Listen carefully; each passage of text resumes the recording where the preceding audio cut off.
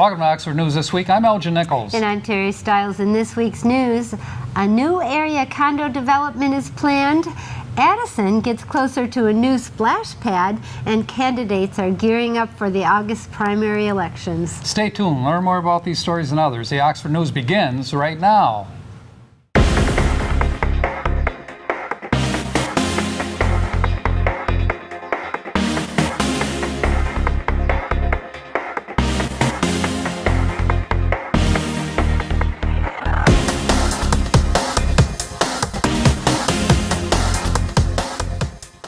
The Oxford Village Planning Commission was presented with a concept drawing to build a condo development within the village. The proposed three-story, 40,000 square foot building would be located on the northeast corner of Denison and Hudson Streets. The developer said it would be a 19-owner occupied development. The development would occupy two properties, which would require rezoning from its current C1 transition zoning in order to reach the proposed 3 stories. Addison Township is moving forward building a splash pad at the township office location. In a 6-to-1 vote, the board approved plans for the builder Vortex Aquatic Structures International to design one of 2 versions of the project to be approved at a later date. One is priced at $111,000 with a 16 water feature, and the other is a $94,000 plan with 12 water features and less square footage. The lone dissenting vote was Lori Fisher, who said she personally thought it was a lot of money to spend and is not sure it's the best bang for the buck. Oxford Village Clerk Teresa Onika came under fire for her dual roles as both Oxford Village Clerk Treasurer and Atlas Township Supervisor. While having 2 roles in local government is not unprecedented, Atlas residents are concerned for her success at juggling both roles at the same time. Onika said she does not feel that she has to defend her decision to be in both roles and is confident in her commitments to both municipalities. This spring, the culvert under Oxford Township's Wood Trail Road collapsed due to heavy rainfall. While the county set to work on the repairs, the magnitude of the job have taken us through the summer, and we have been rerouting traffic in that area. The good news is, in June, workers installed and reinforced the concrete pipe. The road should be open next week at the very latest. The August 7th primary is fast approaching, and we can expect to have several choices on our ballot, which include 12th District Republican candidates for State Senate: Jim Tedder, Mike McCready, Terry Whitney, and Vernon Molnar. Democratic and Libertarian candidates running uncontested are Rosemary Bayer and Jeff Piddle, consecutively. In the 46th District House of Representatives are Democrats Mindy Denninger and Tom Watson of Lake Orion. Running uncontested is Republican John Riley. A new face for the Lone Ranger will be seen in this year's Lone Ranger Parade. Gary Cherix is an actor who has been performing as the Lone Ranger since 2005. Cherix claims on his website that he is the most authentic-looking Lone Ranger touring the United States. The Lone Ranger Parade is Saturday, August 4th in downtown Oxford. And be sure and keep an eye out for an authentic interview with the Lone Ranger by our own Connie Miller on OCTV. Great. That'll be coming up soon. I'm excited for that parade coming up. It and is. Speaking of OCTV, I think we should talk about the importance of public access television. I went to a conference 2 weeks ago, and the push is large cable companies are trying to take our bandwidth away because they're saying they need more bandwidth for Wi-Fi. So you know how that's going to affect us if that happens. Well, that'll affect these folks out here too. And sure by the will. way, I want to mention a number of people. One recently came up to my porch, which my wife and I were sitting on the porch, and he saw me from across the street and came over and he said, "Look, you're the guy on television, aren't you, on the news?" And I said, Nice. "Yes, I am." He said, "I want you to know," he said, "that we watch the news program," he said, "every week." He said it is a great way to gain local knowledge as to what's Right. going on. And he said, and we appreciate Terry Stiles and you Oh, nice. doing this program. Well, It's you great. know, and that's funny that you're using that example, because I always use the analogy that people don't sit on their front porches anymore and get to talk like that, and we are the front porch of our community. I really believe that. And if we lose public access television stations, you people lose your local news and local importance. And I mean, does Detroit really focus, all the major markets really focus on what we're doing up here? Are they going to come to our parade? You're going to see our parade on our television show. So if you miss it, and there's some reason you can't be downtown Oxford, you're going to be able to watch it at any time, because you can watch it on our Yes. station, on YouTube, and I'm going to get to that too. And I want to say too that, you know, speaking of the station, the staff here do a tremendous job in getting Yeah, out to we cover work all hard. these stories, including, of course, the meetings that go on for the township and the village and so forth for the government meetings. We're proud of our community, and we're proud to cover our community, and not all communities get this kind of coverage. So we're all lucky in Oxford, and we should thank you, because you're the ones that are paying us to do this. And we appreciate you a whole lot. Trust me. So that's it for Oxford News this week. If you'd like to learn more about these stories and others, pick up a copy of the Oxford Leader newspaper, or catch us on our website at occtv.org, or you can get us on YouTube and your regular channel, not Charter anymore, Spectrum Channel 191 or AT&T Channel 99. Coming up soon on OCTV's very own Jamie Hughes with the Sports Report. And you won't want to miss Auto Talk and Science in the News with Dave Kenny. I'm Terry Stiles. Thanks for watching Oxford News this week, where we bring your news closer to home. And I'm Elgin Nichols. Remember, always be kind to your friends and neighbors, and thanks for watching.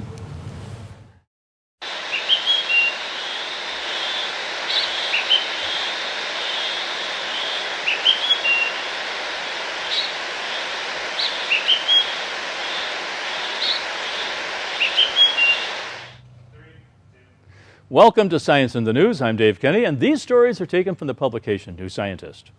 In our first story, it's true. Wounds in the mouth really do heal much faster than cuts in the skin. A study has discovered that the lining of the mouth is permanently primed for healing. The finding could lead to new ways to improve wound healing elsewhere in the body. Silvio Gutkind of the University of California at San Diego and his team made small wounds in the mouths and on the upper arms of 30 volunteers and tracked how well and quickly they healed. The mouth wounds rapidly closed and healed scarlessly, some taking only a week to fully repair themselves. But the width of the skin wounds had scarcely changed after 2 weeks. The oral wounds healed approximately 5 to 10 times faster than skin wounds, said Gutkind. Biopsies revealed that networks of healing genes are permanently active or on standby in the cells of the mouth lining, but not in skin cells. When the team genetically engineered mice to activate these networks in their skin was capable of healing wounds slightly faster. Our results provide clues about the biology of wound healing and offer a biological blueprint for developing novel therapeutics for faster wound healing, says Maria Morasso at the U.S. National Institute of Arthritis and Musculoskeletal and Skin Disease in Bethesda, Maryland. Wow. And in space, Europa, a moon of Jupiter, is one of the best candidates for finding alien life in our solar system thanks to a large ocean of liquid water. But detecting any signs of life has so far proved difficult since that ocean is buried under kilometers of ice. One solution is to look for life-related molecules brought up to the surface by plumes of water and other geological processes.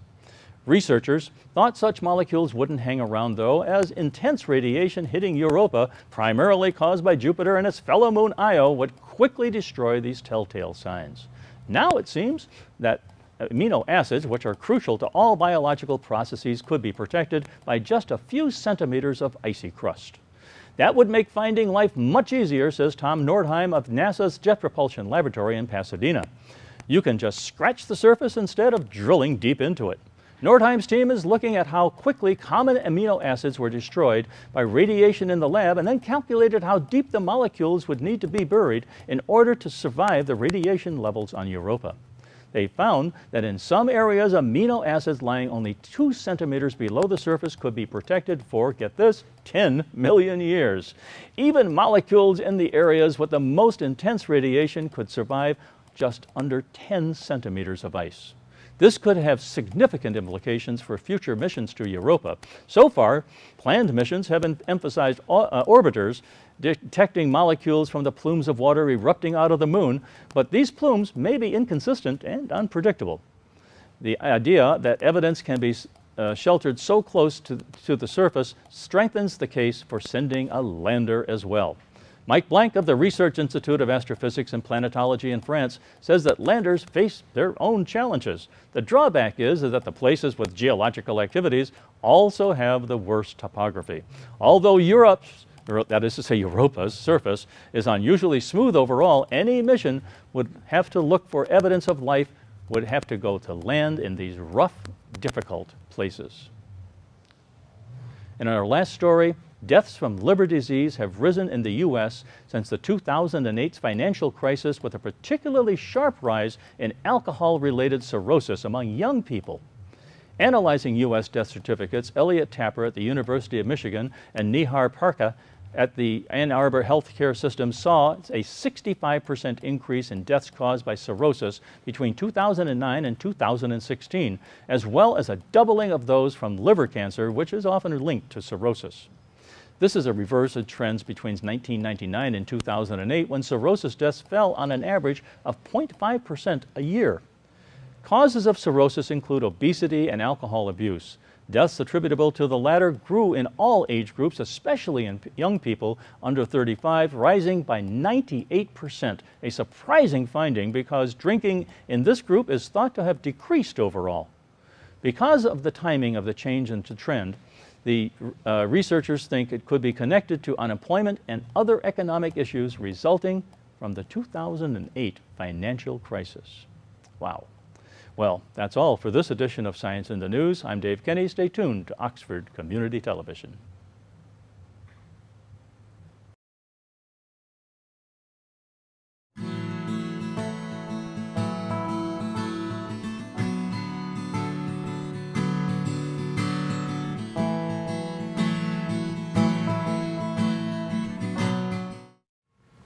Welcome back to Oxford News this week. It's time for Oxford Sports.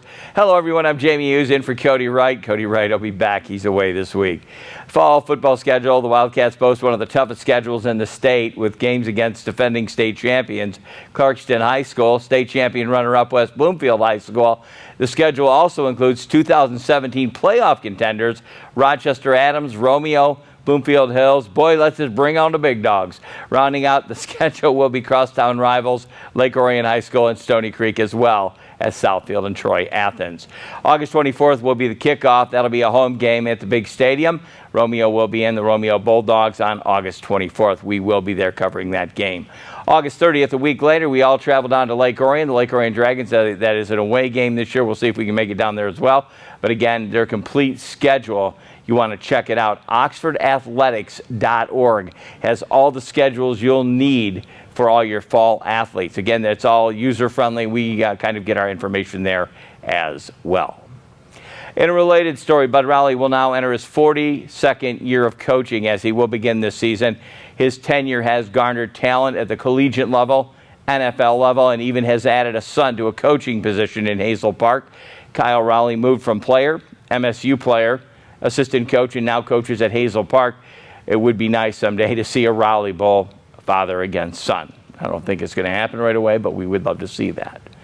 Now, to avoid any confusion, exactly as we enter this month of August and almost time for school again, the athletic eligibility for physicals. All physicals actually need to be completed before competing on any type of athletic competition. The actual forms in the specific Oxford Athletics can now be found on their school website. It's not on the Oxford Athletic website. It's oxfordschools.org. Check it out. Area hospitals and doctors' offices are offering physicals, in some cases have actually found proposed athletes may need further tests and to alleviate any other further problems. That's going to wrap it up, a short edition of Oxford Sports. Again, I definitely, if you want some more information about what's happening with Oxford Sports, check out oxfordathletics.org. That is actually their official website. You can actually get all the information and schedules, as I said prior. While you're on the web, check our website out, occtv.org, for a complete list of programs and meetings. Our website's always available 24/7 at your fingertip. Again, happy to be back on the air here at OCTV. Cody Wright will be here again next week in the big chair. I'm Jamie Hughes. Look for us at this year's home games, as we will be doing a program called Tailgate with the Wildcats. We'll be right back right after this.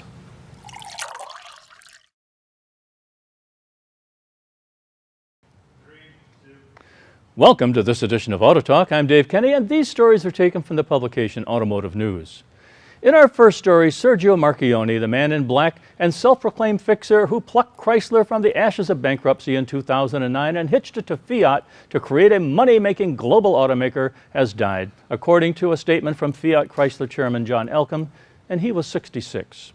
Unfortunately, what we feared has come to pass. Sergio Marchionne, man and friend, is gone, Elkann said in a statement issued by Exor, the holding company for the controlling Agnelli family. Marchionne became gravely ill after what the company called shoulder surgery, forcing him to be replaced as CEO of Chrysler Automobiles on July 21st. The company appointed Mike Manley, 54, head of the automaker's Jeep and Ram brands, as Marchionne's successor. Manley was expected to make public comments to analysts on July 25th when FCA released its second quarter earnings. And I believe, he said, the best way to honor his memory is to build on the legacy he left us, continuing to develop the human values of responsibility and openness, of which he was the most ardent champion, Elkann's statement said. My family and I will be forever grateful for what he has done. Our thoughts are with Manuela and his sons Alessio and Tyler. I would ask again everyone respect the privacy of Sergio's family, he said. Marchionne was already beginning to wind down a remarkable career. He telegraphed well in advance that he planned to retire as CEO of Fiat Chrysler Automobiles in April of 2019 after the conclusion of the company's 2014-18 business plan. It was an improbable career that saw a young Italian immigrant in Canada go to college, become an accountant, and years later arrive seemingly out of nowhere in European corporate circles to first save Fiat Group and later use Chrysler's strengths in light trucks to forge the combined Italian-American company into a true global automaker. Concerns over Marchionne's medical condition rippled through the company for weeks. Corporate directors called a meeting in Italy on July 21st to determine his successor. Marchionne, a workaholic who often slept on a sofa aboard a plane as he traveled regularly to steer Fiat Chrysler, was a heavy smoker and espresso drinker until quitting both about a year ago. In his last public appearance on June 26, Marchionne appeared fatigued and out of breath as he presented a Jeep Wrangler to Italy's paramilitary police, the Carabinieri, at a ceremony in Rome. Marchionne was born in post-war Italy, where both his grandfather and uncle were killed in the fighting. He lived in Italy until immigrating with his family to Toronto at the age of 14. He studied philosophy and other subjects at Canadian colleges and received a Master of Business Administration and law degrees before becoming an accountant and rising through management ranks at several Canadian businesses. He was recognized as an accountant, tax specialist, attorney, and business strategist. But it was in the automotive world where Marchionne rose to larger-than-life fame, regularly crisscrossing the globe, brandishing multiple cellular devices at a time, and dressing almost constantly in black, a life practice, he said, he adopted to save several seconds of decision-making every morning. While he was perhaps the most provocative executive to steer Chrysler since Lee Iacocca retired in early 1990s, Marchionne preferred a tiny office in the wing of FCA's vast technical center in a Detroit suburb where he could regularly confab with engineers, marketing executives, and product planners. Marchionne did what many pundits said was improbable. He resuscitated not just one failing automaker, but two. He returned America's perennial underdog and number 3 automaker Chrysler to profitability by uniting it through a complex merger with Fiat, an Italian company that seemed incapable of penetrating the U.S. market, and he'll be missed. The next story, the Detroit Auto Show is undergoing a drastic reorganization in 2020 when it will move from the dead of winter to early June to better appeal to car shoppers and the growing list of automakers that have dropped out in recent years with outdoor displays and on-road vehicle demonstrations. The Detroit Auto Dealers Association, which puts on the show, says the changes should help automakers save money, reducing move-in costs by 30 to 40% and cutting setup time to 3 weeks from an average of 8 weeks now. One reason June would be cheaper is that exhibitors no longer would have to pay overtime around Thanksgiving, Christmas, and New Year's Day.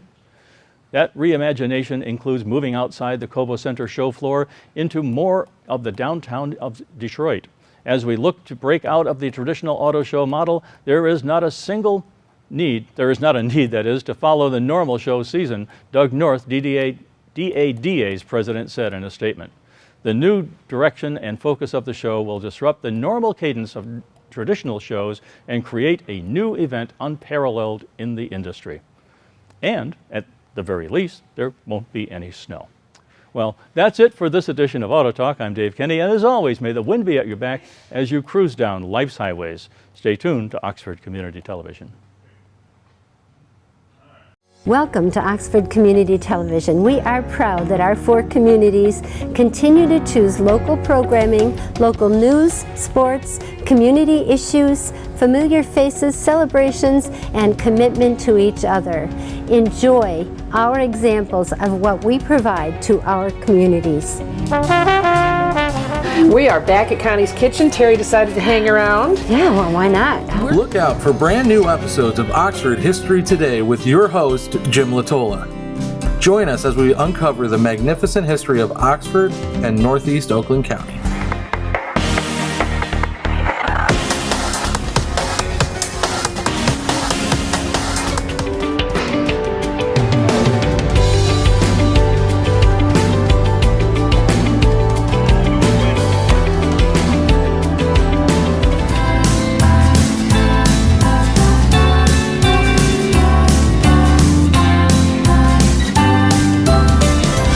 On Schooling Around, we don't just school around. We get with everyone from the superintendent to the kids to find out what's new in Oxford schools. Schooling Around, only on OCTV.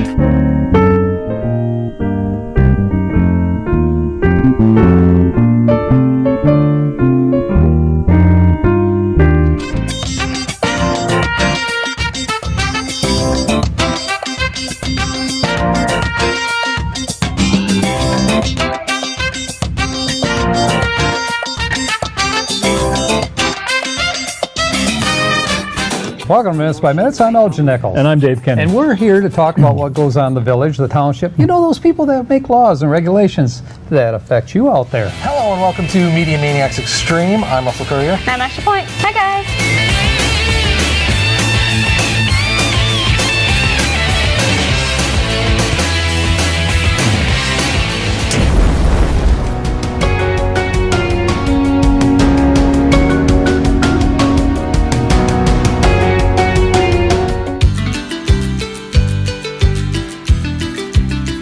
Welcome to the 5th annual Lone Ranger Festival. I'm Terry Stiles from OCTV. And I am Ron Wright.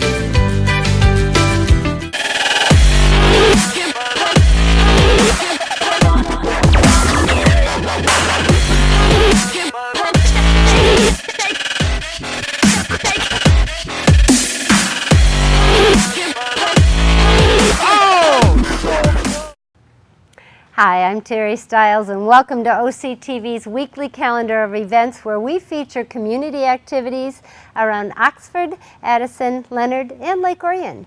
If you or your organization would like us to get your message out to the public, please contact us at our studio by calling 248-628-9658 or visit our website at occtv.org. The Lone Ranger Festival and Parade is this weekend in downtown Oxford from 10 a.m. to 10 p.m. The day will be filled with arts and crafts and live entertainment, and admission is free. For more information, go to thelonerangerfestival.com or homeofthemask.com. Next, on the same day, August 4th, the Oxford United Methodist Church is hosting an ice cream social from 10 a.m. to 4 p.m. Call for more information on advance tickets at 248-628-1289. For kids from ages 3 to 11, consider joining the free Vacation Bible Camp from Sunday, August 5th to Wednesday, August 8th from 6 to 8:30 p.m. The theme of this year's camp is Shipwrecked, which aims to anchor kids in God's trust for 4 days of Bible camp fun. There will be crafts, games, music, and snacks on Sunday right before camp. So enjoy a free hot dog at 5:30 at their hot dog picnic. To register, call the office at 248-628-1289 or go online to vbspro.events/P/OUMC 2018. Teens, the Oxford Library has a lock-in coming up on Friday, August 10th from 6 to 9 p.m. It's like summer camp all in one night. Join a cabin and compete in games and activities. The winning cabin gets a special prize. Register early because the space is limited, and so for this event, you need to have a parent-signed permission slip, so call the library. If you love helping out as much as you love dogs, take some time to look into volunteering or making a donation to the Canine Stray Rescue League. Help them complete their wish list and care for rescues. They're asking for collars, leashes, paper towels, and newspapers, laundry detergent, bleach, and Lysol wipes, Kong and Nylabone toys, and flea or tick shampoo. Your help is sincerely appreciated. They also accept cash donations to help pay for medical treatments. So if you're interested in volunteering or donating to the Canine Stray Rescue League, call 248-628-0435 or go to their website, caninestray.com.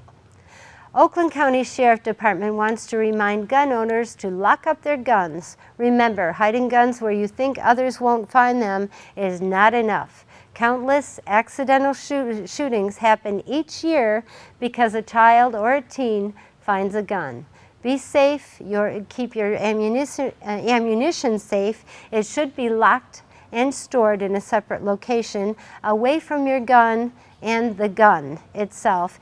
Put that in a safe place. That should be safely locked up as well. Surprisingly enough, even toddlers have the finger strength to pull a trigger, so store your guns in a safe place. A family member or a friend appears suicidal or depressed, consider temporary off-site storage. It might save a life. If you mention Lock It Up to the Oakland County Sheriffs, you'll receive a 15% discount off the purchase price of a gun safety lock. The supplies are limited to September 30th. This is your weekly calendar of events. I'm Terry Stiles. Please join us again for your calendar of events. Do you love local sports? Whether it's Oxford High School or Parks and Rec, you can buy copies of each game.